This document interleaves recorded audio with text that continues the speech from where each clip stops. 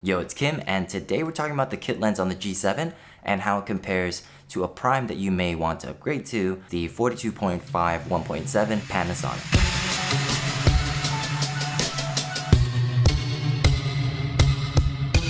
Now, there's plenty of videos online about what lenses to upgrade to, but what we want to do today is compare the kit lens to a more expensive lens and see if there's actually a difference. Now, I don't know about you, but I think this is really worth it because you may want to know what the difference is before you drop some serious cash and whether it's really worth it or not. Now, you'll be surprised, I've met some people that only buy camera bodies and never upgrade from the kit lens and have multiple camera bodies and different systems and just always use the kit lens for all of them. Now, to me, that seems like a really big mistake because glass makes a really big difference. Today, we're going to show you exactly how much. Okay, just to preface this video, the kit lens on the G7 is actually pretty decent. Also, this isn't a scientific test. These are things that I've just snapped over the last couple of weeks that I've owned the 42.5 1.7, and without further ado, let's get to the test. So in general shots, the kit lens actually does a pretty decent job in this picture, but you can see that her face is decently exposed, but compared to the 42.5 1.7, the face is just exposed much brighter. The colors are much more vibrant. And overall, the color rendition is just a lot more dynamic. Now moving on to the second picture, again, you can see that the colors look washed out on the kit lens and just not as sharp in general. You can really see this from the color of the matte under the finish line. Now in terms of low light shots, I'm really pushing the limits of my camera with this cat shot right here. I shot this handheld at ISO 1600, 1.7, and 1/50th of a second shutter speed. Now this would have been impossible on the kit lens.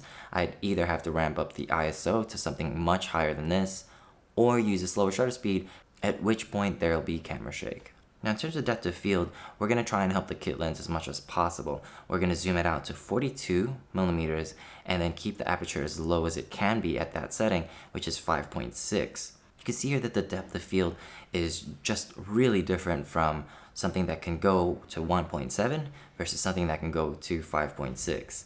Now, just summing up the differences, there's really 5 things. The first 2 things are really obvious. First of all, it's the shallow depth of field and better low light performance. Obviously, with a wider aperture at 1.7, those are no-brainers. Now, the next 3 things really surprised me.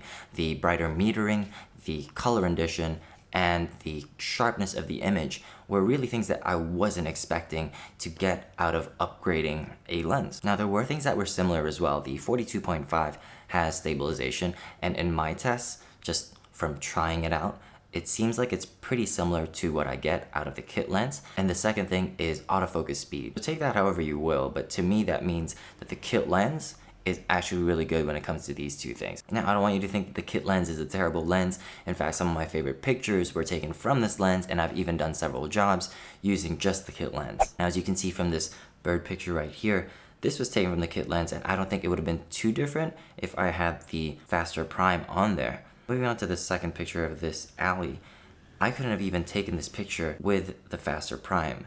This was at around 20 to 21 millimeters, and I just don't have that flexibility with the prime.